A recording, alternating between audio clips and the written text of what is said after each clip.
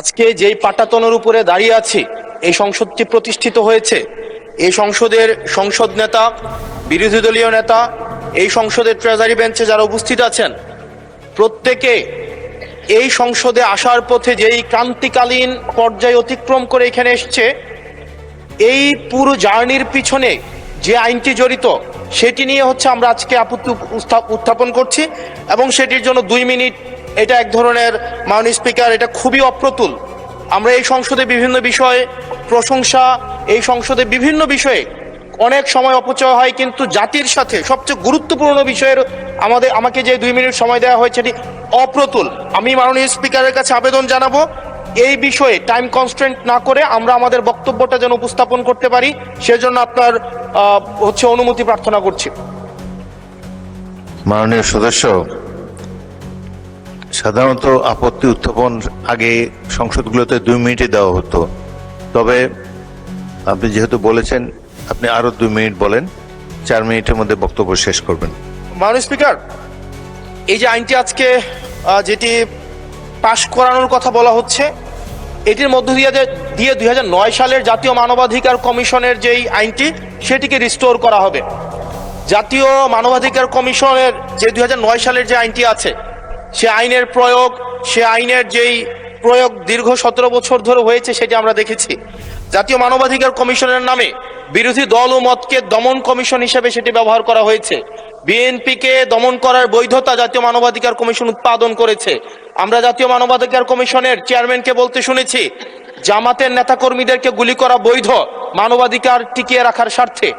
আমরা জাতীয় মানবাধিকার কমিশন 2009-এ যদি চলে যাই, আমরা মাননীয় স্পিকার 2009-এ যদি চলে যায়, আজকে যদি 2025-এর অধ্যাদেশটিকে ল্যাপস করে দেওয়া হয়, এটি এই সংসদের জন্য আমাদের যে আমরা ফরওয়ার্ডিং একটা মুভে ছিলাম, আজকে এই 2025-এর অধ্যাদেশটি ল্যাপস করার মধ্য দিয়ে জাতি আবার ব্যাকওয়ার্ডের দিকে যাবে এবং জাতি পিছিয়ে পড়ার একটা টেক্সট বুক এক্সাম্পল হিসেবে এই সংসদে এটি থাকবে।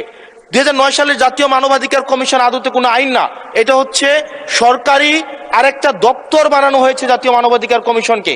সেখানে স্পিকারের নেতৃত্বে যে সিলেকশন কমিটি করা হয়েছে, সেখানে স্বরাষ্ট্রমন্ত্রী থাকে, সেখানে আইনমন্ত্রী থাকে, সরকার দলীয় একজন এমপি থাকে এবং সেখানে মন্ত্রণালয়ের একজন সচিব থাকেন। অর্থাৎ একটা 6 সদস্য বিশিষ্ট একটা সিলেকশন বোর্ডের সেখানে 5 জনই হচ্ছে সরকার দলের। এখন একটা সরকার দলের একটা জাতীয় মানবাধিকার কমিশন, এটা হচ্ছে আমাদের আজকে আমাদের এলজিআরডি মন্ত্রী নেই, উনিই বলেছিলেন জাতীয় মানবাধিকার কমিশন হচ্ছে একটা মূলত বিরোধী দল কমিশন হিসেবে ফাংশন করে।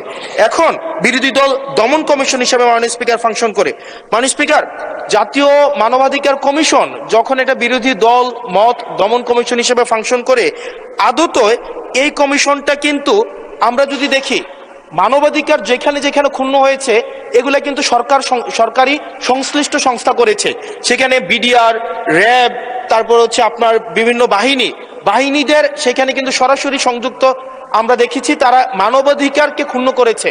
কিন্তু 2009 সালের জাতীয় মানবাধিকার কমিশন আমরা দেখেছি, যদি বাহিনীর বিরুদ্ধে আপনি কোনো তদন্ত পরিচালনা করতে চান, তাহলে সেই বাহিনীর সেই বাহিনীর পূর্বানুমতি আপনার লাগবে, সরকারের পূর্বানুমতি লাগবে। মাননীয় স্পিকার, সরকারের পূর্বানুমতি নিয়ে সরকার যে মানবাধিকার ক্ষুণ্ণ করবে, সেই মানবাধিকারের তদন্ত কতটা স্বচ্ছ হবে, সেটা এই সংসদের প্রত্যেকটা সদস্যই সেই বিষয়টি জানে।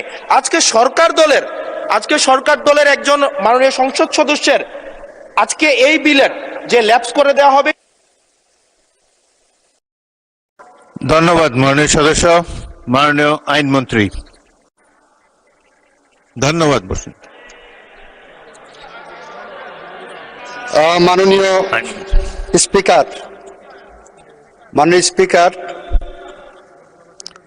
মাননীয় আইনমন্ত্রী, বিরোধী দলীয় নেতা বলুন। মাননীয় স্পিকার, এই বিষয়টা স্বচ্ছ রাজনীতি এবং মানুষের জীবনের নিরাপত্তার সাথে অঙ্গাঙ্গিভাবে জড়িত। এই জন্য এই বিষয়ে তাকে কনক্লুশন করার জন্য অন্তত আরো 2 মিনিট সময় দেওয়ার জন্য আমি আপনাকে অনুরোধ করব। ধন্যবাদ আপনাকে। মাননীয় বিরোধী দলের নেতা, আমি অতীতের 6টি সংসদ দেখেছি, প্রত্যেকটি সংসদে 2 মিনিট টাইম দেওয়া হতো এবং সময় হলো যে যখনই স্পিকার ঘোষণা দেবে যে এবং অনুরোধ করবে সংশ্লিষ্ট মন্ত্রীকে বিলটি উত্থাপনের জন্য তখনই দাঁড়াতে হয়, দাঁড়িয়ে বলতে হয় উচ্চস্বরে আপত্তি আছে, তখন যে আপত্তিকারী সংসদ সদস্যকে 2 মিনিট বলার সময় দেওয়া হতো। যাই হোক, মাননীয় বিরোধী দলের নেতা, আপনি আরো 2 মিনিট বলতে পারেন মাননীয় সদস্য। আমি আসলে এই সংসদে আজকে যদি 2024 সালের মে মাস হতো আর এই বিলটি যদি উত্থাপন হতো, তাহলে এই সংসদের এমন একজন ব্যক্তি নাই যে এটার বিরোধিতা করত, প্রত্যেকে এটাকে সাদরে গ্রহণ করত। আজকে সময় পাল্টিয়েছে। আজকে 2008 সাল, 2018 সালে আপনারা এই পাশে ছিলেন, আজকে ওই পাশে গিয়েছেন, আপনারা সংখ্যাগরিষ্ঠ হয়েছেন, আজকে এই বিলের বিরুদ্ধে আপনারা অবস্থান নিচ্ছেন। 2024 সালের কোনো এক মাসে, জুলাইয়ের আগে, এটা ফেব্রুয়ারি, জানুয়ারি, মার্চ, যদি এটা তৎকালীন ফেসিবাদ সময়ে যদি এই বিলটাকে 2025 সালের যে আপনাদের জাতীয় মানবাধিকার কমিশনের যে অধ্যাদেশটা আছে সেটা যদি এই সংসদে উত্থাপন করা হতো, 300 জন এখানে যারা যারা উপস্থিত আছেন প্রত্যেকেই চাইতেন এই জাতীয় মানবাধিকার কমিশনটা সেটা যেন পাশ করা হয়। কিন্তু আজকে সময় পাল্টিয়েছে, ঋতু পরিবর্তন হয়েছে, আজকে চেয়ার পরিবর্তন হয়েছে, দিক পরিবর্তন হয়েছে, আমরা জাতীয় মানবাধিকার কমিশনের বিরুদ্ধে আমরা অবস্থান নিচ্ছি। এবং আজকে আমাদের এই অবস্থান রং সাইড অফ দা হচ্ছে আমাদের রাইট অর রং, আমরা যে মোরালিটির আমরা রং সাইডে অবস্থান নিচ্ছি, এটা টেক্সট বুক এক্সাম্পল হিসেবে ইতিহাসে লিপিবদ্ধ থাকবে। মাননীয় স্পিকার, এই আইনটা এটা শুধুমাত্র যে জাতীয় মানবাধিকার কমিশন শুধুমাত্র এটার সাথে সম্পর্কিত না, বরং এটা আরো 2টা অধ্যাদেশের সাথে সম্পর্কিত। এটা গুম অধ্যাদেশের সাথে সম্পর্কিত এবং আমাদের যে জুলাই গণ অভ্যুত্থান দায় এবং হচ্ছে আমাদের দায় মুক্তির যে অধ্যাদেশটা রয়েছে সেটার সাথে সম্পর্কিত।